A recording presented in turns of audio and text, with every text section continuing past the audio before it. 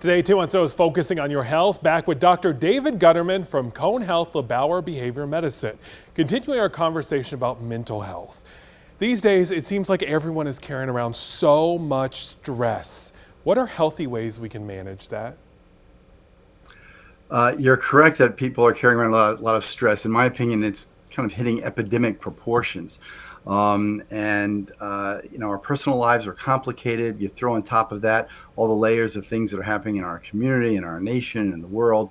People are very, very stressed these days, and we all have our own, again, unique stressors, and it's important to manage those stressors. As we said at the top of the segment, that strong combination between our physical and our emotional health, and stress is something that has a significant impact on our physical health. So it is vitally important to recognize when your less stress levels are getting more excessive, and it's important to rely on those things and think about those things that have helped you in the past, things that have helped calm you in the past. So identify where our stress is coming from, and to whatever degree we can, try to circumvent and work around those stressors. Some things we can avoid, some things we can't.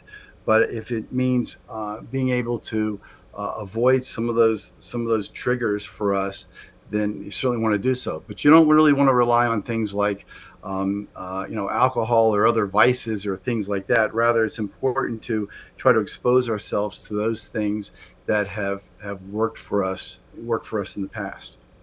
If someone decides they can't do that alone or they need help with other parts of their mental health, what resources are there here in the Triad?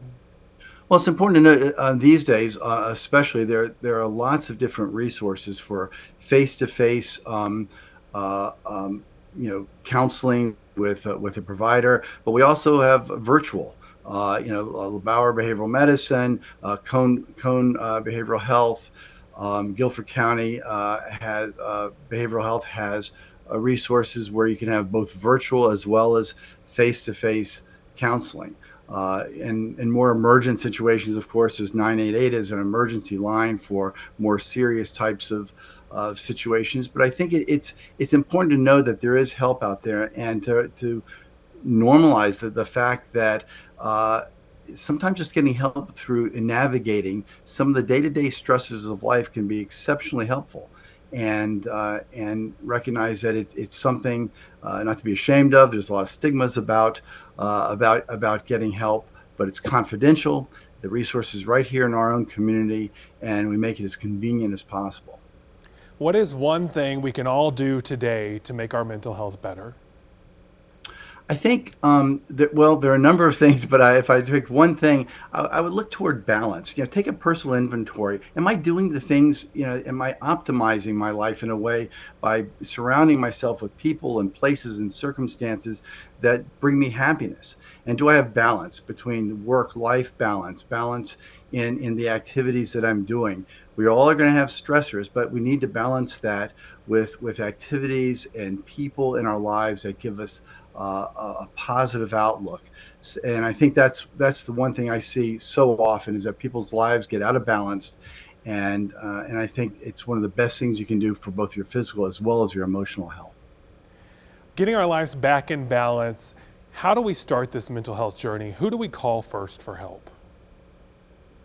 Well, I think it's very difficult for people often just to reach out to their providers. It's ideally, if your